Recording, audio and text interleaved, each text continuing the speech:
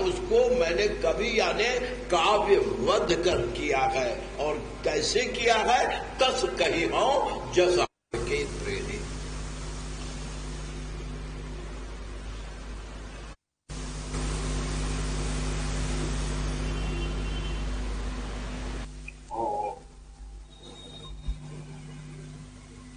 जैसा कि अभी आपने सुना कि गोस्वामी तुलसीदास के सामने कठिनाई ये थी कि उन्हें 4 आचार्यों का मत एक जगह पर उपस्थित करना था और एक दूसरे का विरोध न होने पाए, क्योंकि वेद के 3 सिद्धांत हैं, कर्म, उपासना और ज्ञान। तो मानस के 3 घाटों पर तो कर्म के वक्ता, ज्ञान के वक्ता और उपासना के वक्ता तीनों वक्ता बैठे हुए हैं। और दैन्य घाट, जिसे गौ घाट कहते हैं, प्राचीन जितने भी कुंड अभी भी ब्रज में मिलते हैं, तो दक्षिण में जो वो स्लोप होता था, तो कहते हैं वो दैन्य घाट जो है वहां गोस्वामी जी महाराज बैठते हैं। किसकी कृपा से? गोस्वामी जी कहते मैं पुण्य निज गुरु सन सुनी कथा जो सुकर। यानी मानस को आप देखेंगे तो गुरु महिमा से प्रारंभ होकर गुरु महिमा पर ही जाकर के बात हो। हम किसी के होके ही कुछ प्राप्त कर सकते हैं। किताबों से ज्ञान नहीं मिलता है, ज्ञान प्राप्ति का साधन है पुस्तक, लेकिन गुरु बिनु कोई की ज्ञान। और गोस्वामी तुलसीदास जी महाराज कहते हैं कि कर्म घाट पर मैं जुगल मुनिवर्य जो याज्ञवल्क्य और भरद्वाज हैं, मैं उनकी बात आपको कहता हूं। यानी उन्होंने दक्षिण घाट की कथा को पश्चिम घाट पर बैठे हैं याज्ञवल्क्य और भरद्वाज, अपनी कथा उन्होंने उस घाट को समर्पित कर दी। कि दोनों मुनियों का संवाद कहूंगा। अब दोनों मुनियों के संवाद में गोस्वामी जी महाराज कहते हैं कि जब याज्ञवल्क्य जी से भरद्वाज ने प्रश्न किया, क्या कि राम कवन पूछो प्रभु तो ये राम है कौन? तो याज्ञवल्क्य जी महाराज कहते हैं, भरद्वाज एक बात ये बताइए, आप प्रश्न कर रहे हैं या आपकी ये जिज्ञासा है? प्रश्न और जिज्ञासा में फर्क है। प्रश्न में मस्तिष्क का खेल होता है। इंग्लिश में एक कहावत है कि a man convinced with logic is still of same opinion. जब तक हृदय स्वीकार नहीं करे। तो याज्ञवल्क्य जी महाराज कहते हैं कि महामुनि ये बताइए, जब भगवान राम 14 वर्षों को जंगल आए थे तो एक रात आपकी कुटी में रहे थे? भरद्वाज बोले हाँ महाराज। और आपने उनसे कहा था कि हे राम, आज आपको दर्शन करके सफल तप तीर्थ त्यागू, मेरा त्याग तीर्थ तपस्या सब सफल हो गया। राम तुम्हें अवलोकत आजू। बोले जरूर कहा था। तो फिर मुझसे गलत क्यों पूछते हो कि राम कवन? जब तुमने स्वयं राम को स्वागत किया, आतिथ्य किया, और उसके बाद आप मुझसे पूछते हैं कि ये मनुष्य थे या परमात्मा थे, ऐसा आप क्यों पूछते हैं?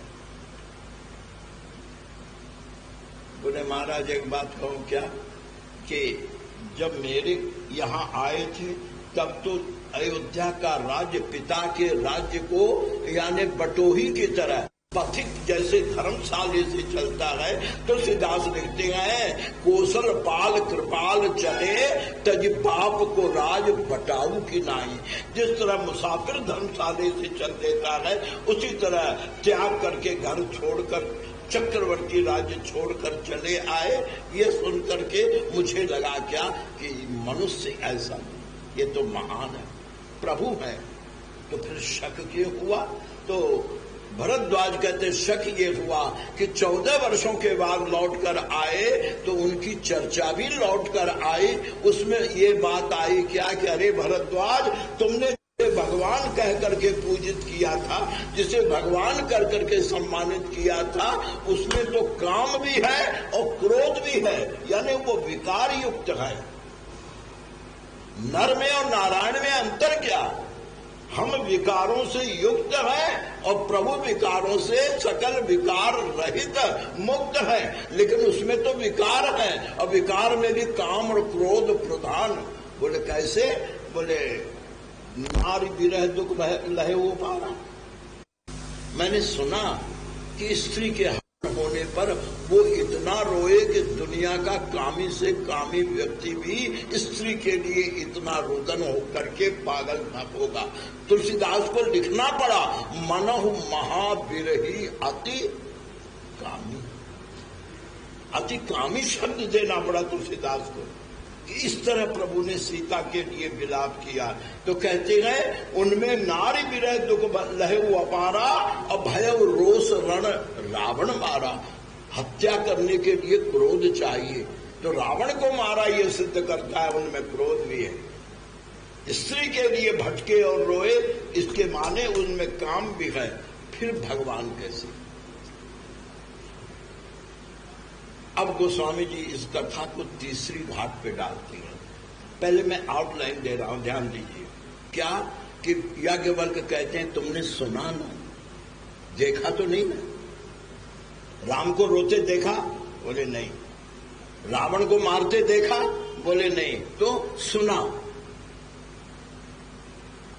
तो तुमने तो सुना, लेकिन किसी ने देखा। नारी विरह दुख लहे वो अपारा, भरद्वाज आपने सुना है, लेकिन किसी ने देखा। बोले किसने? बोले ऐसे ही संशय कीन। जरा देखिए घाट मोड़ने का तरीका। घाट अलग अलग नहीं होते हैं, एक ईंट में दबाकर दूसरी घाट को बनाते हैं। तो गोस्वामी जी मोड़ कितने चतुराई से रहे हैं। कहते ऐसे ही संशय कीन भवानी, महादेव तब कहा बकान। अच्छा ऐसा क्या? हाँ।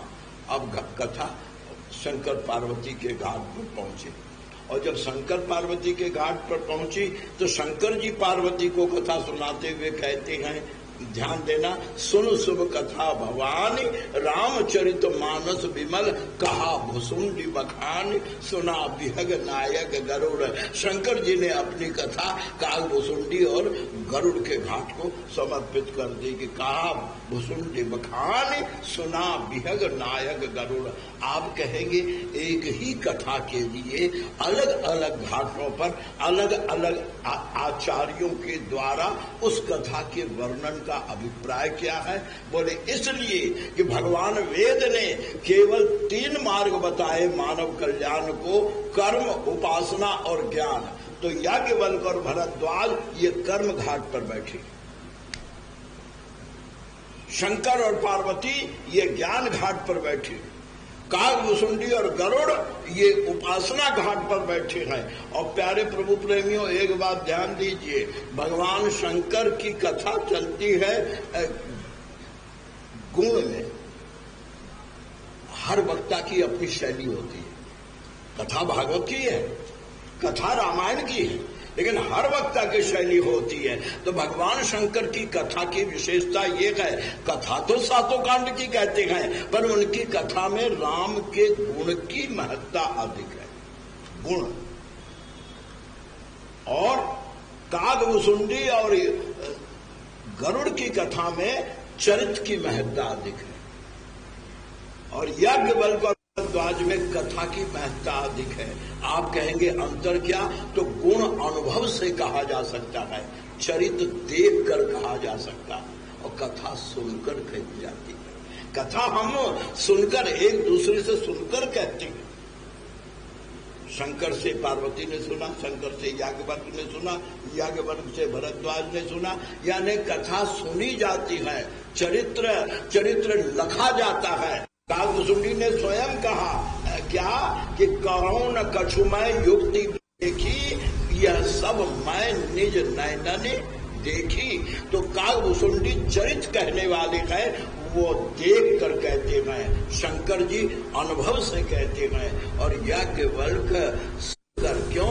उन्होंने शंकर जी से प्राप्त किया। तेसन याज्ञ पुण्य पावा।